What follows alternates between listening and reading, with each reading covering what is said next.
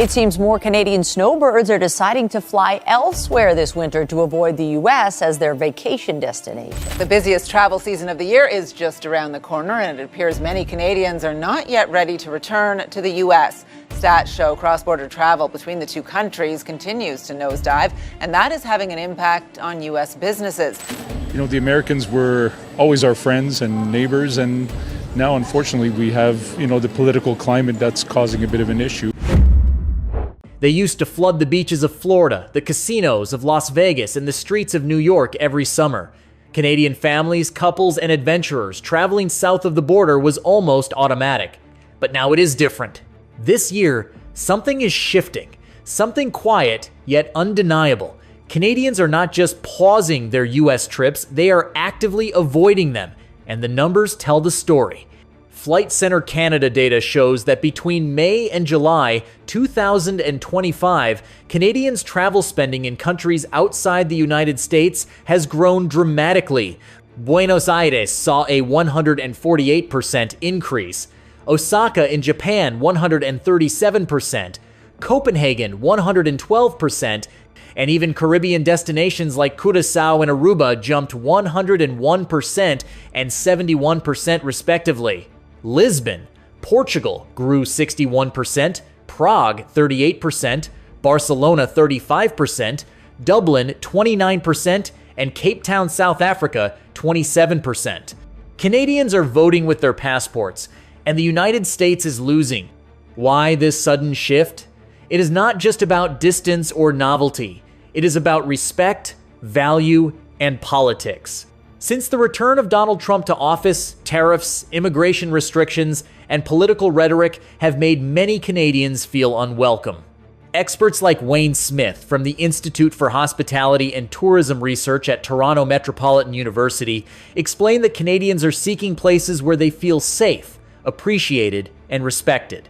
Las Vegas, Los Angeles, and Florida may still be flashy, but their costs, aggressive policies, and political climate are turning travelers away. Even resorts in Mexico, like the Marival Group, report thousands more Canadian visitors than last year.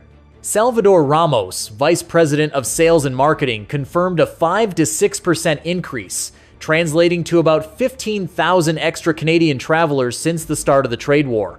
Countries that actively welcome Canadians with campaigns, ads, and offers are reaping the rewards while the United States watches its tourists disappear quietly. The story is not just statistics, it is people. Canadians who once spent months in Florida or Las Vegas are now avoiding the U.S., citing border concerns, tariffs, and political unrest. Millions of Canadians share this sentiment. Trips that once ended in the U.S. now start in Europe, Asia, or South America. Flights that once went south now fly east, west, and across oceans. Even U.S. border towns are feeling it. Buffalo, New York, which relied on Canadian drivers every summer, is seeing empty streets and slower business.